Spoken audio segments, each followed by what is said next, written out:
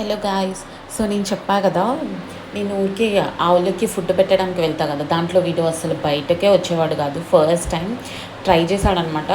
Banana half ఎందుకు పెట్టా అంటే, వీటికి బనానా ఎక్కువ పెట్టొద్దు అంటారు. సో కొంచెమే పెట్టాను. ఇక్కడ వీడు వాడికి ఇస్తుంటే వీడు వచ్చి అంటున్నాడు. వాడికి కూడా సగం పెట్టానమాట.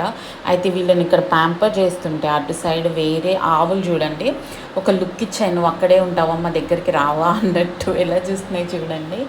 సో వీడైతే ఫైనలీ కొంచెం బయటకు రావడానికి ట్రై చేశాడు. వీడు నా ఫేవరెట్ ఫెల్లో, చెప్పాను కదా ఆల్రెడీ. ఇక్కడ మళ్ళీ కంప్లీట్గా బయటకు వచ్చాడు వీడు. సో బనానా చూస్తేనే బయటకు వస్తున్నాడు, లేకపోతే రావట్లేదు అనమాట. సో బనానా చూపించి దగ్గరికి పిలుస్తున్నాను. తర్వాత నేను ఆకుకూర పెడుతున్నాను. ఇది వాళ్ళ మదర్, తినకే పుట్టాడనమాట వాడు, బాయ్.